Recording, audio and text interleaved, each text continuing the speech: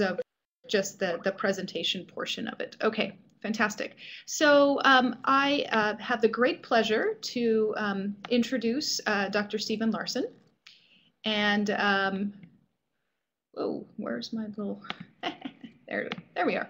Okay, so Dr. Larson is started out his career at MIT with both a bachelor's and a master's in electrical engineering, computer science. And we were then extraordinarily lucky to get him at the University of California in San Diego, where he completed his PhD. Dr. Larson has many, many, many interests, and many of them are both relevant here and very intriguing. But suffice it to say that working for all of these different projects, such as the One Mind for Research, a lot of the INCF task forces, there's been a tremendous amount of work coming out of Dr. Larson. And the kind of work that he's been really focusing on for most of his career, if not all of it, is to really build and enhance open science and open collaborations. And that is one of the things that he'll be talking to us about today. He is the CEO, senior consultant, and founder of Metacell. And one of the things that they're working on there is this Open Worm project, which is a fantastic collaborative environment that spans the entire world and lots of developers. It's really a way, potentially, for us to all be able to build these open collaborative platforms that then we'll be able to hopefully turn around and form entirely new structures in terms of collaboration and scholarly work, structures that aren't here right now, except for some of these wonderful shining examples. So with that, I will now be quiet and I will mute myself, but feel free to, again, chat or raise your hand if you have any questions. Stephen, please take it away. All right, thank you, Anita. That was an overly kind introduction. I really appreciate that. I'm not sure I'm used to the Dr. Larson moniker yet, but thank you. I've had a lot of fun working with Anita and the NIP team over the past, gosh, I don't know, 7, 8 years or so. And so to some extent, this project, which I helped to co-found, called Open Worm, is born a similar DNA. So I'm going to talk to you today about why Elegans is a really good case study for bringing together subcellular and cellular brain simulations, and hopefully see some of the value of case studies built around model organisms for informatics and open science in general here. Let me just start the highest level with kind of the idea of AI. And when we talk about AI, and then we'll get down to neuroscience, I think the compelling examples of positive AI that doesn't come and kill us all is something like this, Lieutenant Data, who, the ability to answer questions and solve problems in the same way that human beings do. Obviously, we don't have anything like the artificial intelligence that Lieutenant Data can execute. And so why is that? Up to date, artificial intelligence has provided a lot of powerful solutions to problems. Chess solving is one, and still pretty astonishingly, modern innovations like Watson or Siri are able to understand natural language and are able to back to things. So we've gotten pretty good at solving problems that are well specified and to some extent even in an impressive way. But still, artificial intelligence falls short because we have problems solving general problems. So to say more specifically, when the problem is well defined, like solve a chess match or understand specific kinds of language and give specific answers, we can start to solve those. And the more and more computational power we throw at that, the better we get. But we still are lacking a lot of the flexibility of the human brain. So we still can't carry on the kinds of conversations we have with each other, or that even have data on the show that you can with Watson or Siri or those. And so that caused many of us to be interested in the brain itself and to understand, to go from what we can do in the computer to see how it is that ones and zeros are represented in the actual nervous system. And many people, of course, get excited about neuroscience, have an interest in in AI from the past, and I certainly was one, where I originally started out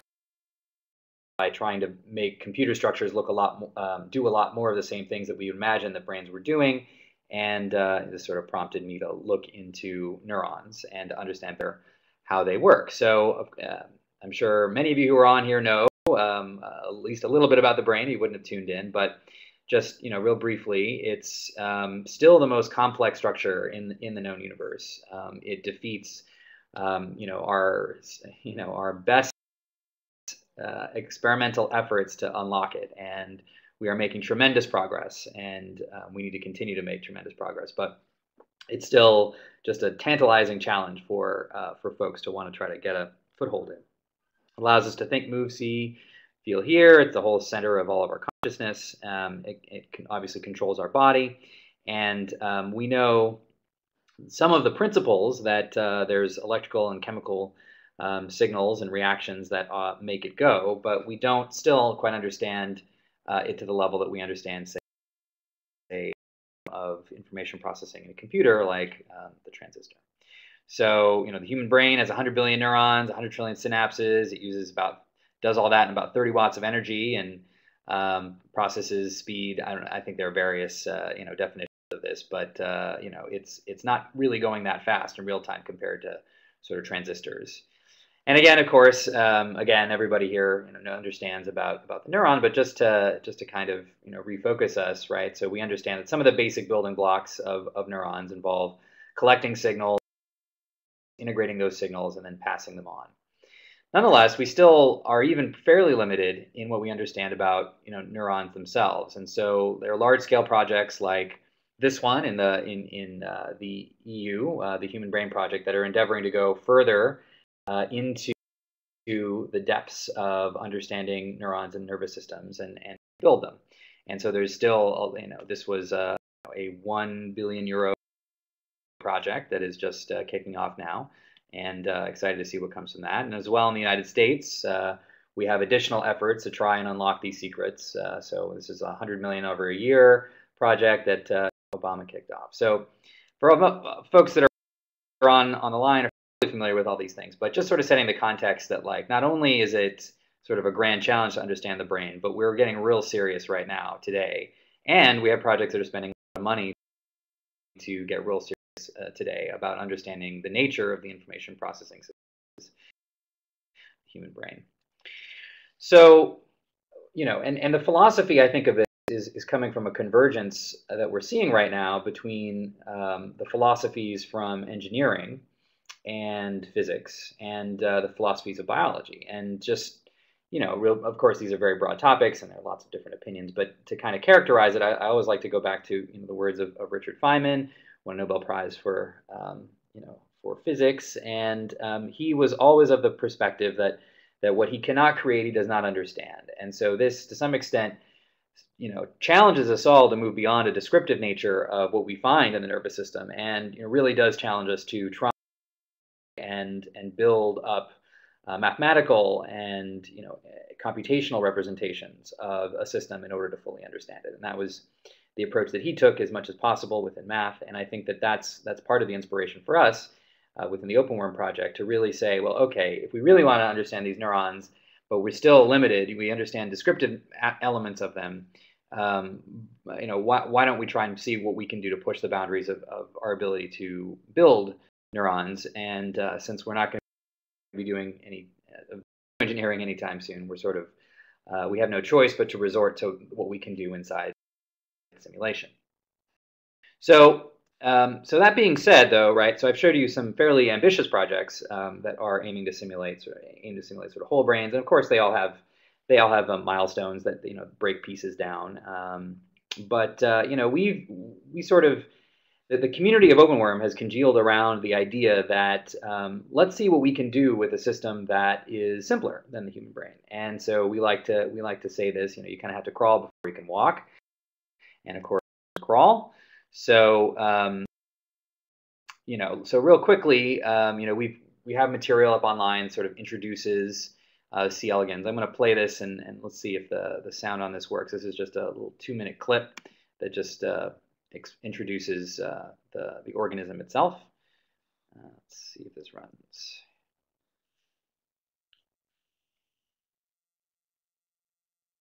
C. elegans is a microscopic roundworm, also known as a nematode, that is 1 millimeter long. These nematodes are usually found in temperate soil environments worldwide. In the wild, they feed on the bacteria that help to decay decomposing plant matter. In the laboratory, however, C. elegans are typically fed lab strains of E. coli. C. elegans are transparent, thus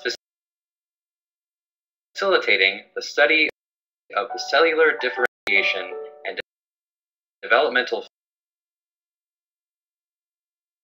fate of each of its cells. There are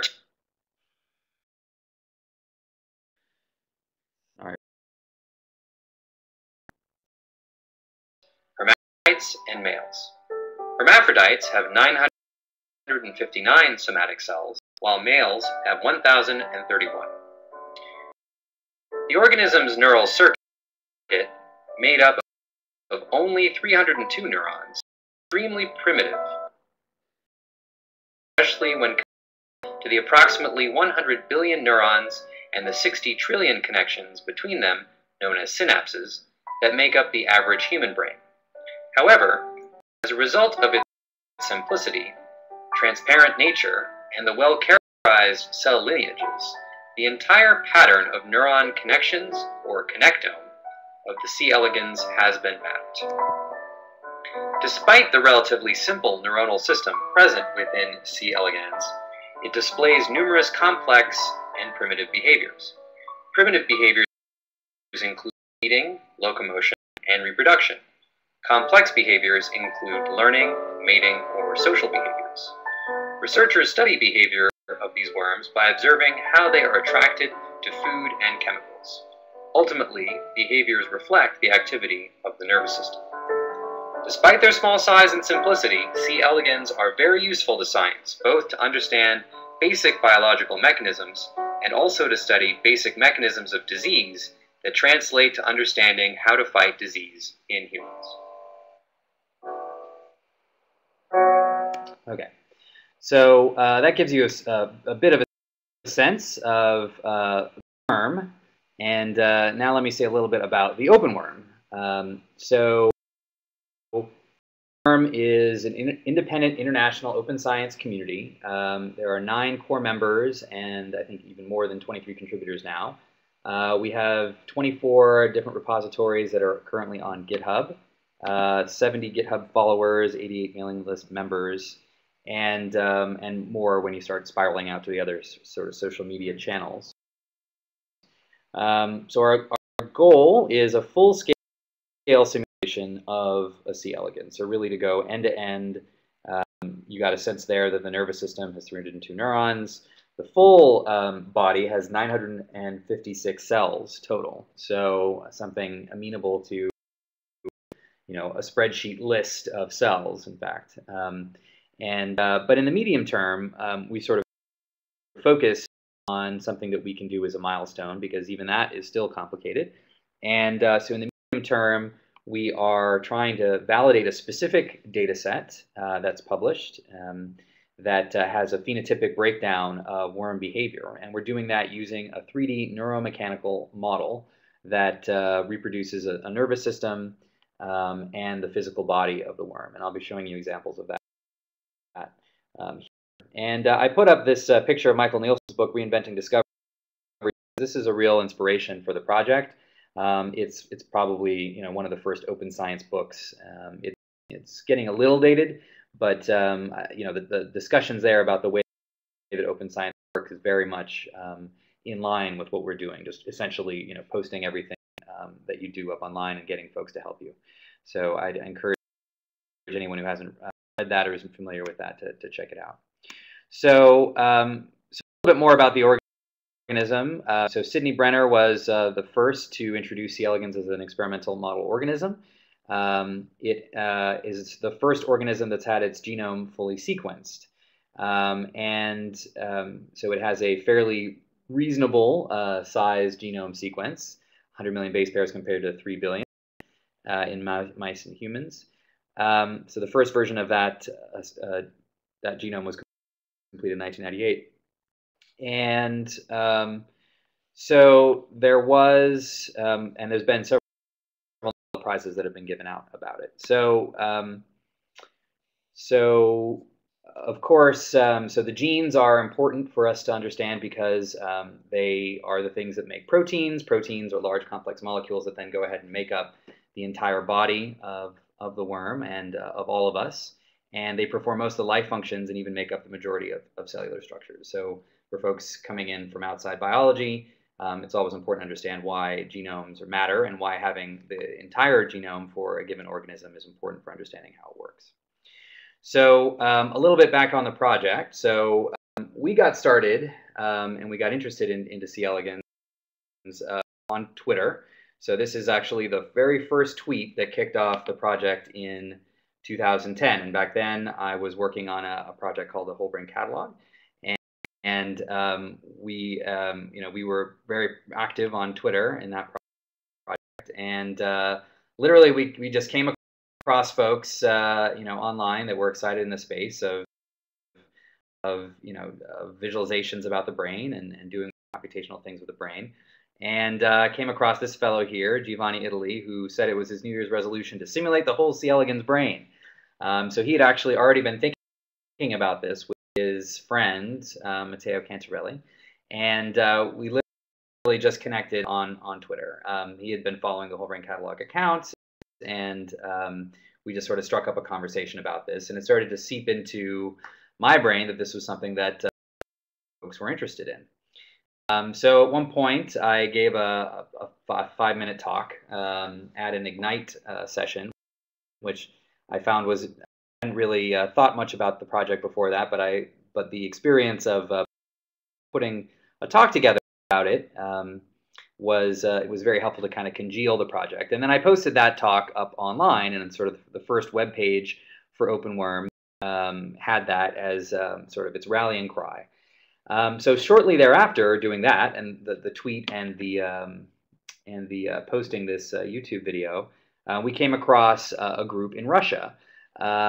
Literally, except we hadn't come across the group, we literally came across this video, which I'm going to play for you now. It's just 2 minutes, but it was called the Cyber Elegans project, and we looked at this and we thought to ourselves, oh my gosh, somebody has already done what we wanted to do. Because what we could see here was a 3-dimensional environment, and we could see a worm-shaped looking thing, and we could see names of the C. elegans neurons that were in there, and there was this sort of strange lattice structure. And then, oh my gosh, they could turn it on, and suddenly it would start to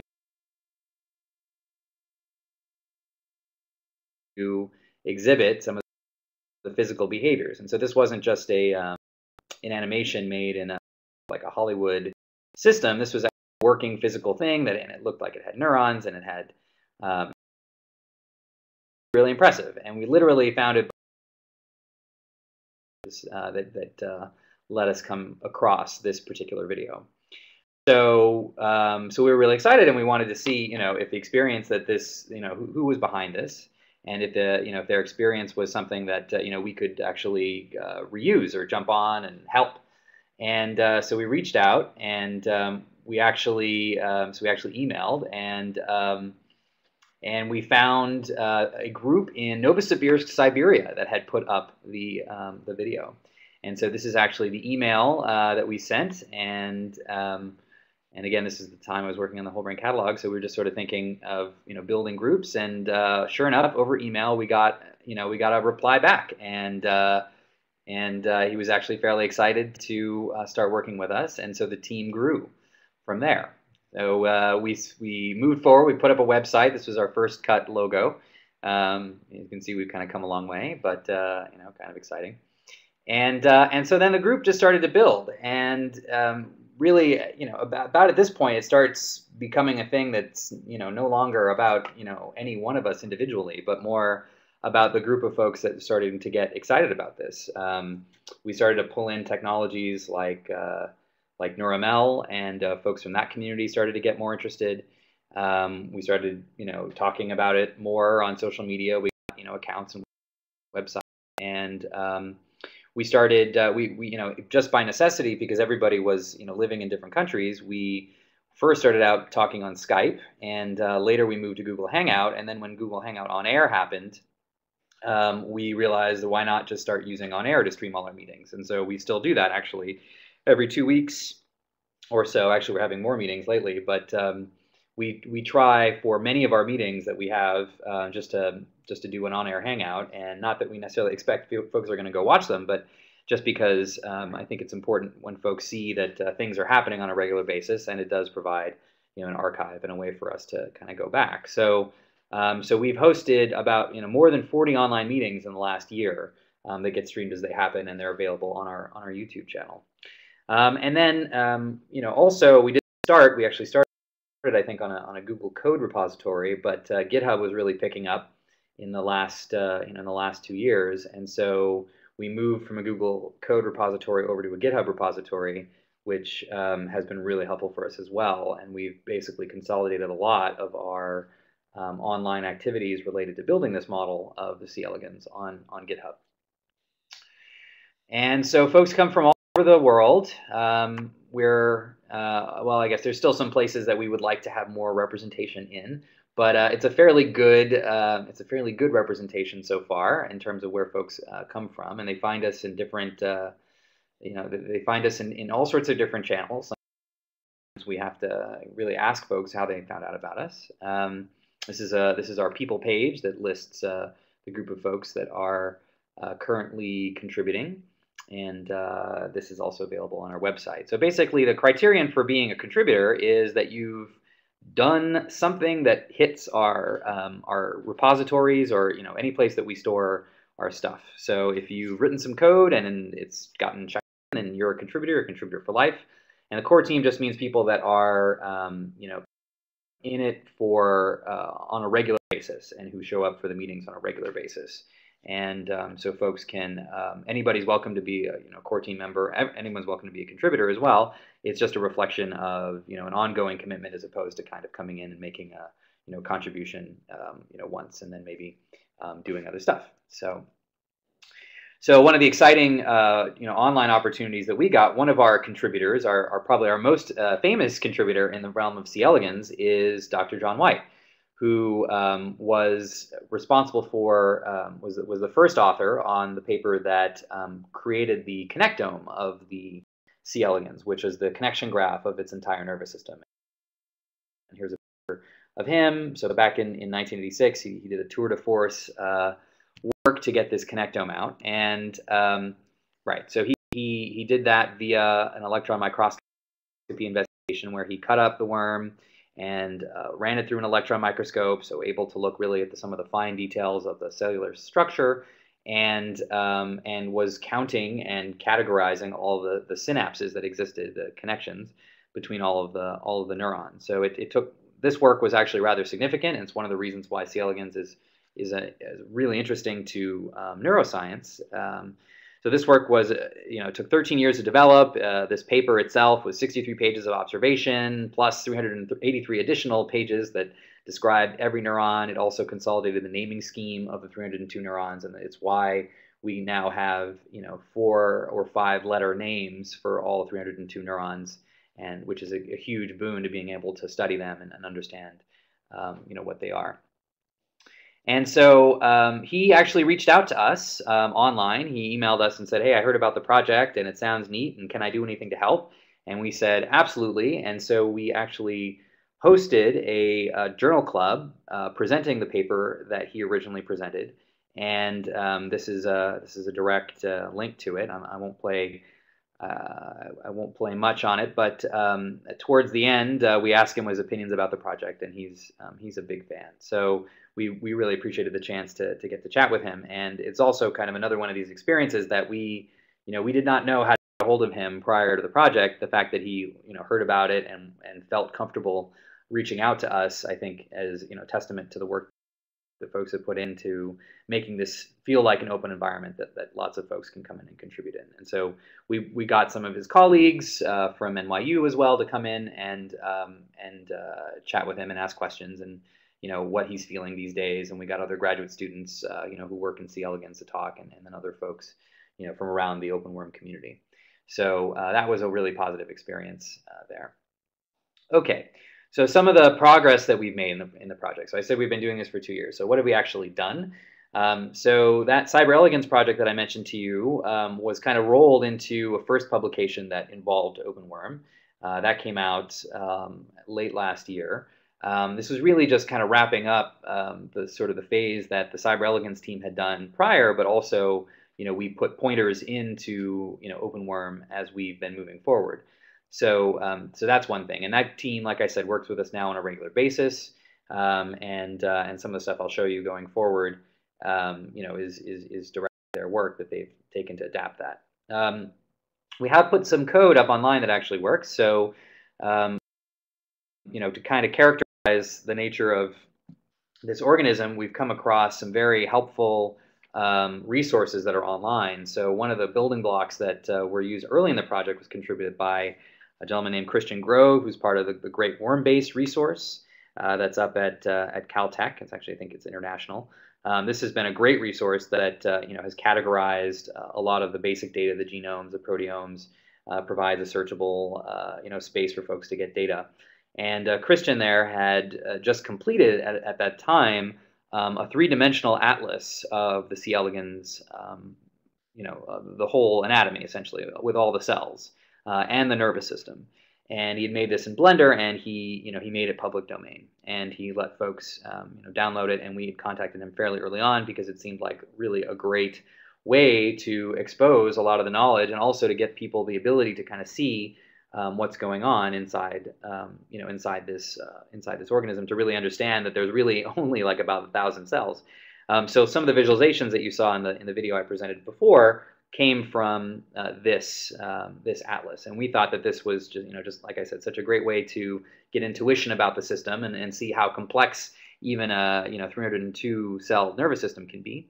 So we built some apps around that content, and so one of them is available on our site at browser.openworm.org, and that is a WebGL-based system that lets you, like the Google body browser before it lets you sort of peel off layers of the anatomy, and it's just directly, it's directly exposing the content that Christian Grove created. And then we also, because we wanted to make it portable, we made an iOS app, and we put that up online as well. And anybody who downloads that app is contributing to the project through a donation. So those were two ways in which we wanted to expose the project and make folks see that it was possible for us to get a handle on this tiny nervous system. And then so another product that came out of that nervous system drawing is that we've converted the neurons there, the 302 neurons, into a NeurML format. NeurML, let's see if I think I'm going to say a little bit more about that later, but it's essentially a XML-based language for churning a representation of neurons into something that you can simulate. So having that represented in NeurML was sort of the first time that's ever been done for the nervous system. That NeurML has since been contributed to neuromorpho.org as well. Minus the sort of the simulation pieces, but just the cell structures. And so we're kind of calling this the spatial connectome, because in addition to the structures, we've also then taken the connectome that John White produced, and we've embedded it into this NeurML format. So now the connection graph is also overlaid on top of the spatial descriptions of the neurons. So this has gone several places. It's also hosted on a website called the Open Source Brain, which is doing additional collaborative efforts around NeurML. So you can find that on there as well, and you can browse through it. We've also then been working on a muscle cell model, because So in order to make a neuromechanical model work like the ones that I showed you with the cyber elegans, the muscle cells have to be right. And so we've been adapting work from the lab of Netta Cohen in Leeds, who developed a model of the muscle cell of the C. elegans for their own investigations into a neuromechanical model. And we've been converting that into NeuroML, and we've been making that more accurate as well, so that it can be the workhorse of that drives the connection between the neuron graph and the physics of the body of this worm. And then we've also been delivering several instances of what we call the Geppetto simulation platform. So Geppetto is the place that consolidates, or the code base that consolidates the research efforts of OpenWorm into one code base that everybody can download and use. And the intention is that when the simulation is ready, folks will log on to an instance of Geppetto and be able to play around with the model working, so that in addition to getting to our goal of validating the data set I talked to you about before, folks will actually be able to play with it live. Much the way that right now you can go to the WebGL-based OpenWorm browser at browser.openworm.org, but right now you see it static. What Geppetto is intended to do is to give you that static the body of the worm, but actually have it move and do physics. And I'll show you a little bit about that in a minute. So I won't demo the browser right now, but if you're watching this online, I do recommend that you go ahead and check it out at browser.openworm.org. It'll take maybe a minute to load up, but check that out. Okay, so in terms of modeling neurons, so this is a talk about brain simulation. We're talking about bridging models of cellular and subcellular activity. So I want to say just a quick few words about how we actually simulate neurons. We that going down to the level of physics of neuronal activity is important.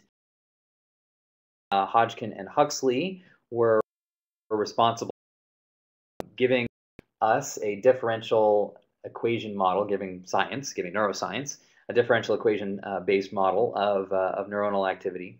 And it's generic across neurons which spike and neurons which do not spike. So that's one fact about C. elegans neurons, is that they're not actually spiking neurons. Nonetheless, they still obey the laws of excitable membranes. They just have a different complement of the fundamental parts that make up the spike of a neuron. So this work was awarded a Nobel Prize in 1952. It does describe how action potentials are initiated and propagated, but like I said, the math that is used for describing action potentials is actually general for any excitable cells, like muscle cells or neurons. So essentially, they pulled work from electrical engineering to create a circuit diagram. This is an example of one that represents the cell membrane as a capacitance over here on the left, represents ion channels, which are pores through the membrane of the neuron, as differential resistors that are shown here, and a current that goes across them, represented over here. So right. So that fundamental mathematics is great, but requires a lot of information to be brought to bear in order to define which ion channels and how do they work and the individual dynamics of them. And so we've been using in OpenWorm the NeuroML language, which is a collaborative initiative to make it so that a description of a neuron is not specific to any given software, that it can actually sit outside of a given simulator. So there can run the mathematics, or basically run that circuit diagram, like I said before. And NeuroML aims to be able to let folks work on the model without having to get any specific simulator to use it. So that seemed like a good way to keep this open and to reuse open standards here for describing a piece of this nervous system. And prior to this coming along, there had not been a NeuroML representation of C. elegans neurons. That just hadn't been present at all. So yeah, this just goes on to say a little bit more about NeuroML and why that facilitates the exchange of these neuronal models. So they're very complex, right? So they have a lot of different, they have very specific spatial, very specific shapes. very specific positions. And the ion channels that go into that circuit model will vary depending on what part of the neuron you have. So because this is very complex, it really does require us to have languages that can get down to the details of those things. Okay, so right now, let me show you some stuff that's in progress. Let me just actually skip that to show you a couple movies. So I mentioned that we're doing this in physical space, and this is one example of that. So what you see here, and it's sort of taking a little bit of time to buffer up and load. Maybe let's see. Okay. So in yellow, what's falling here from the top is an early demo of basically a worm body, and it's been created in sort of an elastic shell, and it's kind of falling in a slow motion pattern into these blue dots here, which are representing a liquid. And so this is actually, and inside you can see there's also some blue. So it's actually a sort of a casing tube that's filled up with liquid on the inside, and it's just sort of fallen down onto a floor that has a simulated liquid on it. And so this is a representation of an algorithm we've been implementing now for some time, since the beginning of the project, to upgrade the physics from what you saw in the original cyber elegans. It had mechanics that were rigid. This is easy to do because there's a lot of physics simulators out there that do like 3D shoot 'em up games, and they have essentially rigid surfaces and balls colliding surfaces, that kind of thing. But what's less available, and why we've had to kind of invest some effort, is full open source libraries surrounding the interactions between elastic matter and liquids. And that's exactly what the C. elegans experiences in its natural environment. It's experiencing its own elastic body interfacing with an environment. Traditionally we study them in gels on Petri dishes. And so that gel sort of stands in for this liquid. So we felt that if we were going to be able to reproduce any of its behavior, we would need to and if we would have any shot, we would need to at least get close to the kinds of physics that these kinds of worms experience. So that was just kind of a lifeless shell that was falling onto a liquid, but that kind of shows you an interaction. This is a newer example that we produced. It again uses the same algorithm, but here we've started to get something more dynamic. And apologies if it's a little low quality. All these videos, by the way, are up on our YouTube channel, so you can head over there. You can Google for open worm in YouTube. Recently.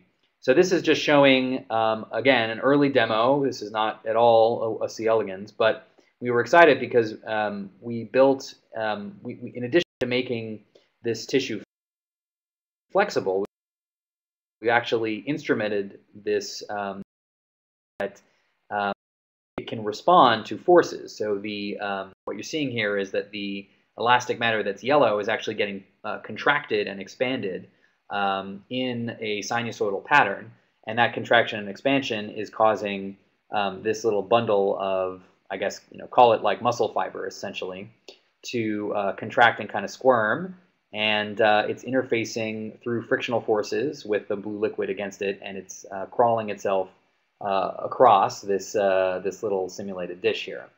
So if you kind of imagine combining what I just showed you in the previous movie with a lifeless shell hitting a dish, and then this one with sort of articulated muscle.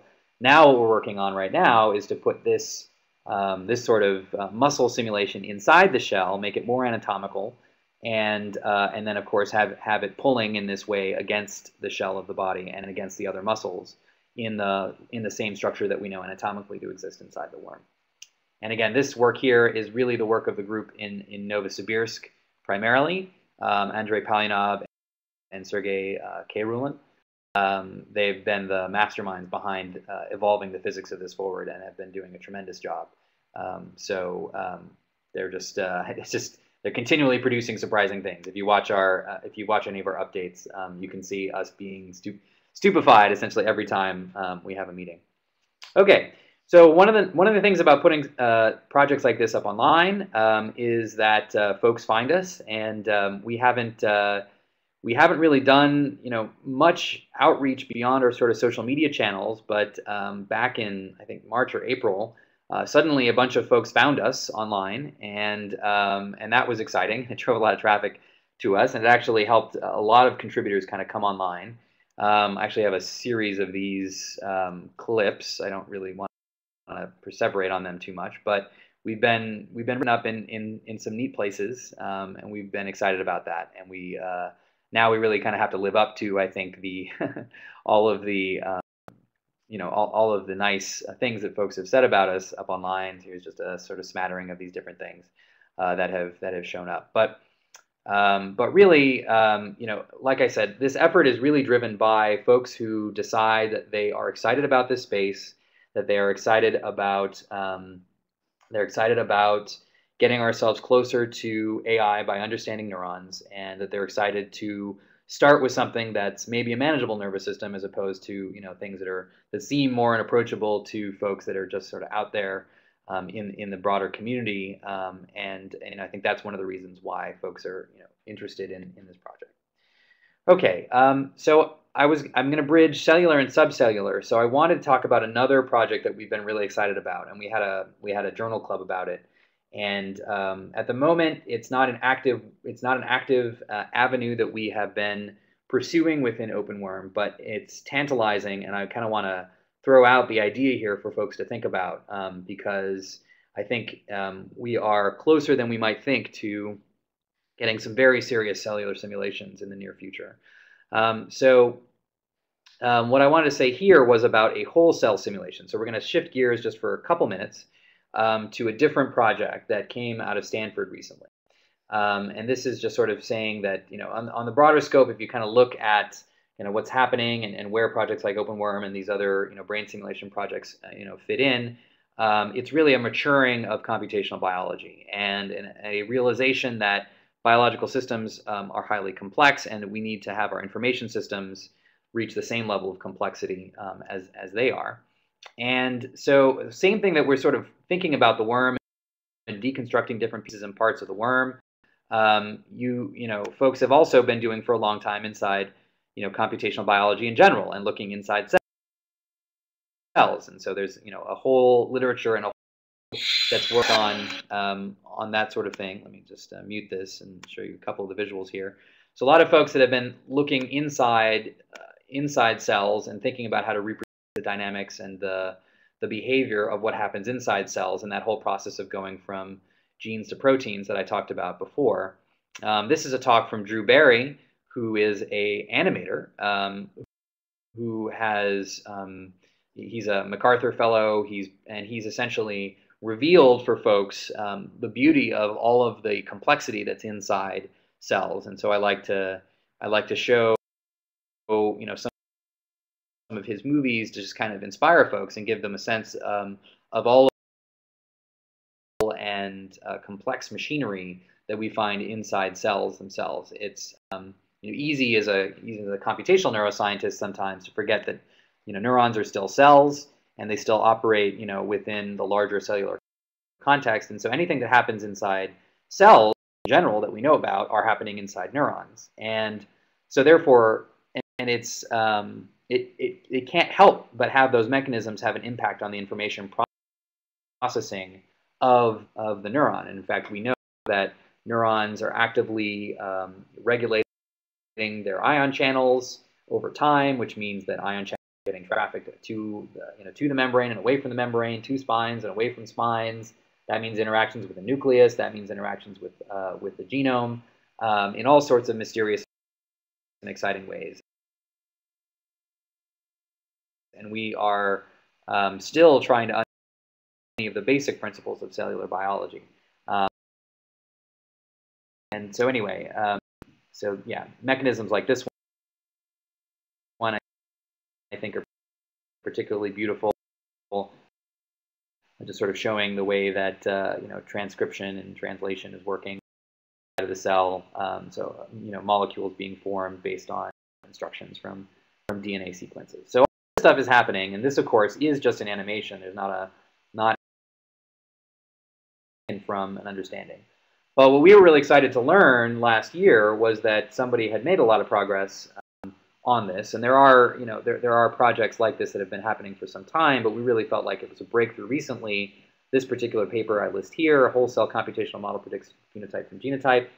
I don't have time to go into too many of the details, but the basic overview is that although not a eukaryotic cell, as as we find inside C. elegans, but for a prokaryotic cell, a simulation has been built that combines algorithms, a database of basic knowledge about this prokaryotic cell, a web front end, with predictions of how that cell will divide and grow over time, its distribution of energy, its rates of protein and DNA transcription, and predicts also what genes are essential for this cell, this prokaryote, to grow up.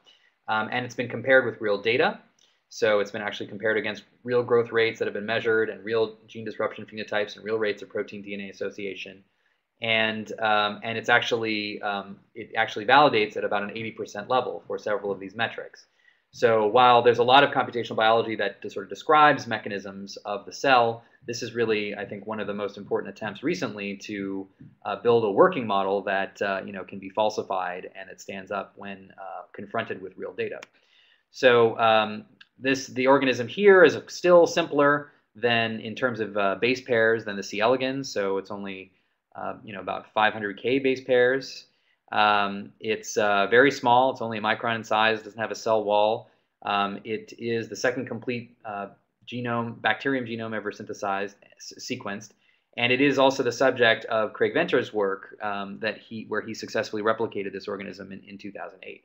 So there are many reasons why this is a really interesting simulation for those purposes. It takes 16 different cellular state variables of what goes on inside a cell, like metabolic RNA, nascent DNA, RNA, that sort of thing, cell mass, volume, shape, external environment, and time. And this is sort of the visual overview of all the things that are going on inside the cell, with loops of DNA here. So all the red things are related to DNA, blue proteins, green RNA, and yellow metabolites. Each one of these labels is an algorithm that's actually calculating what happens during this process. And they all work together. They've really gone for a holistic approach, which is similar in philosophy to what we're doing in OpenWorm, a holistic approach to try and capture as much as is known and try to reconcile it by putting it all together inside of a computer system. A ton of data went into that, and a lot of public databases were reused to go into that, similar to the project that we use here.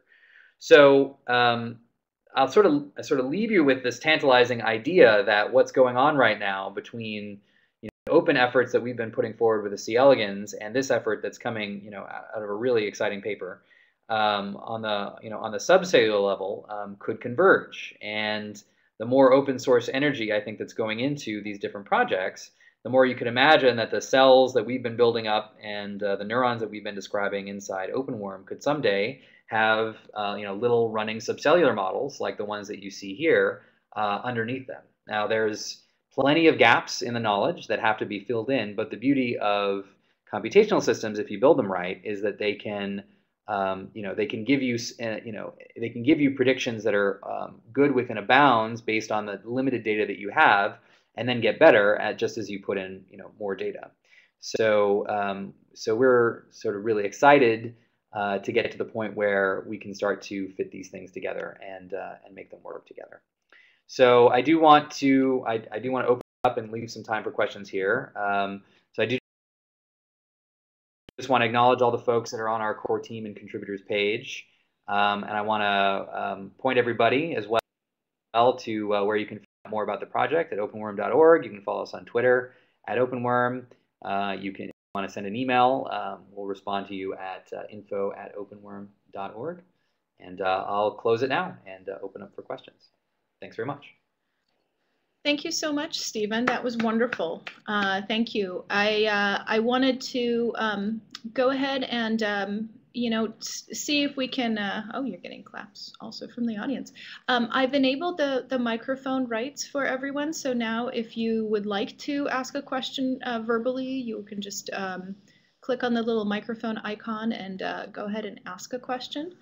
And I'll just leave that for maybe a couple of seconds so that someone who's got a burning question can go ahead and ask.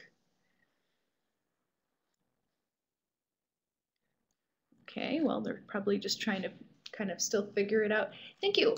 So kind of to start us off on a bit of a discussion, you know, Stephen, this has really been a wonderful project, and I wonder from you know, from my perspective, because I see where all the holes in the data are.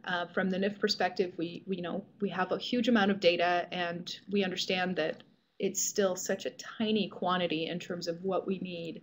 And I can certainly comment on the places where I think the gaps are, but I wonder if you have actually a similar perspective. Do you think you could speak a little bit to the places where you see maybe the biggest gaps in terms of where the data are, where the data aren't? Yeah. So absolutely.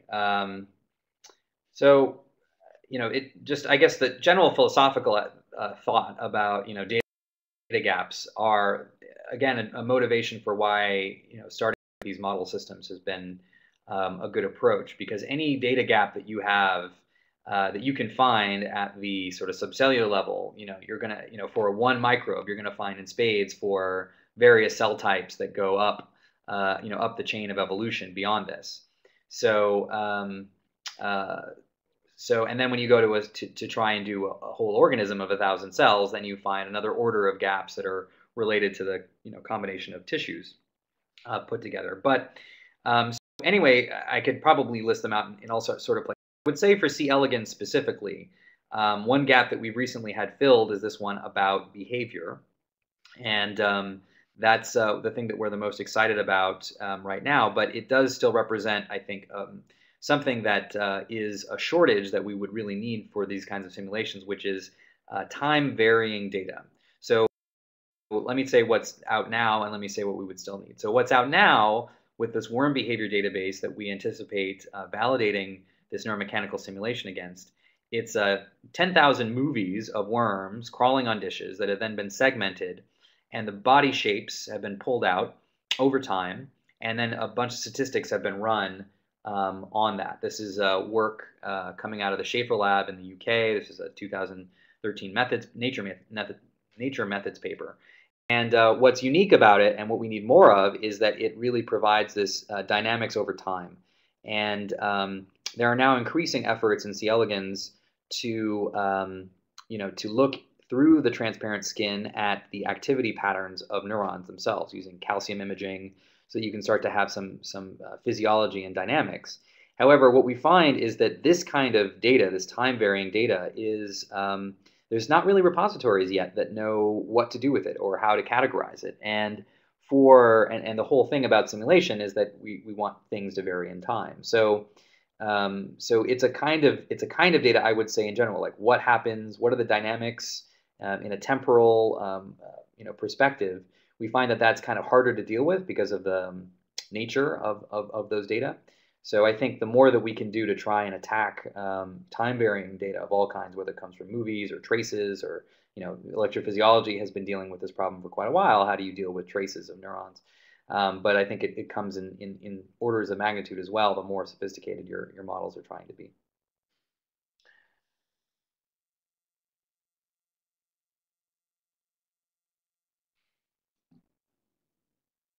Are folks still there?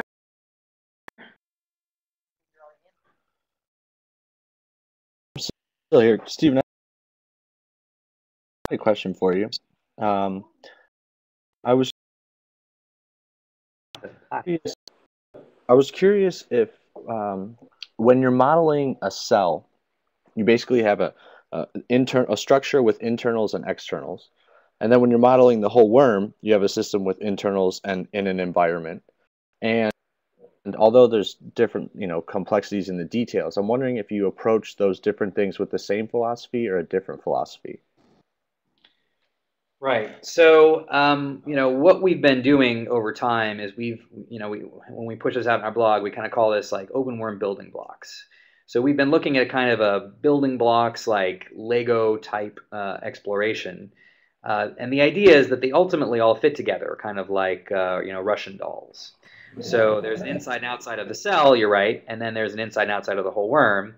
And right now some of these things are a little bit decoupled. Probably the best representation of what we have in mind is the anatomical representation that's at browser.openworm.org, because there's an outside of the worm and an inside of the worm and an outside of the cells, and then, well, I guess we don't let you see inside the cells with that particular one. But so it's really just about kind of, I think one of the most interesting parts of this project for all of us has been to figure out, how to segment the problem, how to break it down to something where we can make measurable progress, and then how do we do that strategically to reassemble it.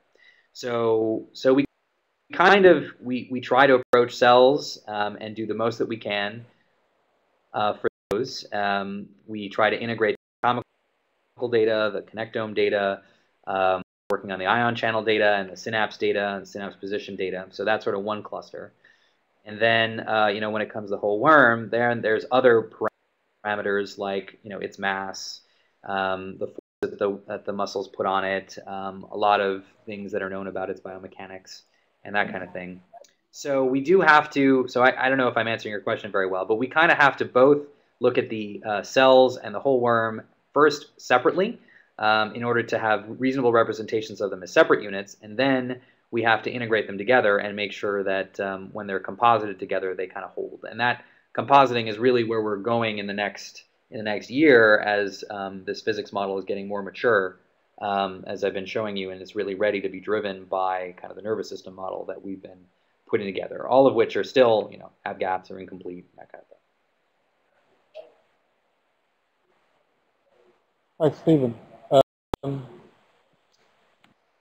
I've got a couple of questions. One is, to what extent do you feel you're really lacking the electrophysiology data that you need? Because I know there are problems doing electrophysiology in worms, and do you think that the advances in fluorescent imaging are actually going to fill that gap? And the second one is a much more general issue of, you talk like you want to really simulate everything, and at some point you're going to have, at some point that becomes a completely impossible task. To what extent do you strategize to come up with simplifying assumptions and what, so what would count as a satisfying model with simplifying assumptions, I guess I'm asking. They're two quite different questions. Yep, nope, good questions. Is that David, by the way? Yeah. Hi, Stephen. Hi, okay, hi, good. Okay, yeah, so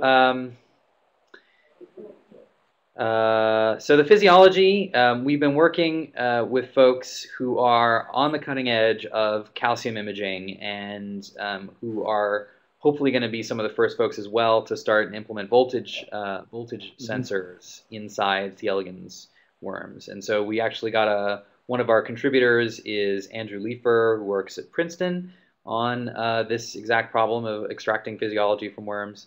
And he donated to us a movie that we have been working on, on doing the image processing for and parsing.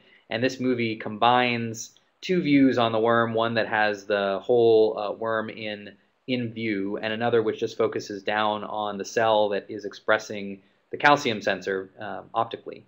And you can actually see its dynamics changing over time. And we've been so we're working on some of these early data sets that are now coming out and coming online, albeit not in a concerted manner. So I'd say that on the plus side, like, these data are becoming more and more available, and that's a positive thing, and that's encouraging us.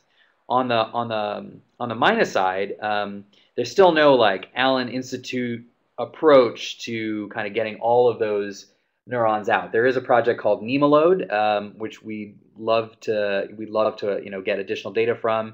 They've been collaborating with us and posting on our list as well, and I think they aim to do this, and we're hoping to make that data set available as well.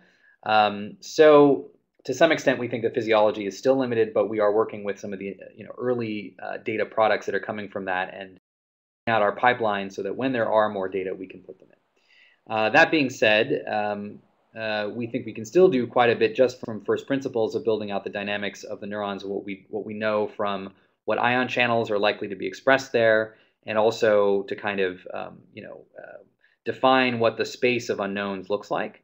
Part of our efforts are also based on using like genetic algorithms and model optimization techniques to help us narrow the window of the space of what's possible. These things do have some constraints. When you said, and then right, you said sort of like the ambition is to model the whole worm, and what about that? Right. So our intermediate point right now is a lot more circumscribed than the whole worm. Our intermediate point right now is that there's this worm behavior database that I mentioned to you before. It takes the worm and decomposes it into 702 statistical measures, and they looked at 300 different strains, and they can separate the behavior of each strain by at least one of those statistical measures. And so what we're working on right now is to turn that data set into a classifier where you put in skeletonized worm movements over time, and that classifier will tell you if it fits one of the worm strains or if it fits none of the worm strains that have been produced. And since we think it's a pretty robust data set, we think it's actually a really good test. So what we're talking about within the project is actually once that classifier is ready, perhaps putting a challenge out to the community and saying, whatever technique you would like to use to try and get the right fit to this classifier, something that says that it's a worm, like go for it. So if there exists a simpler algorithm that can correctly classify and act like a worm with all those statistical measures, then that's great. And we think that still, then you can skip all the data gaps, and at least we motivated folks to do that. We assume that that's probably not going to be the case, that you're probably going to need to have this complexity to do it. We make simplifying assumptions where we think they're justified, but at the end of the day, the data is going to define whether or not we've succeeded in our sort of intermediate goal of getting this neuromechanical simulation right, and it'll also help to define how much more biological detail is needed to get to the full-scale simulation that we're envisioning. Okay, thank you so much, Stephen. I really appreciate it from NIF's end, and thank you all for the participants that have asked good questions and listened.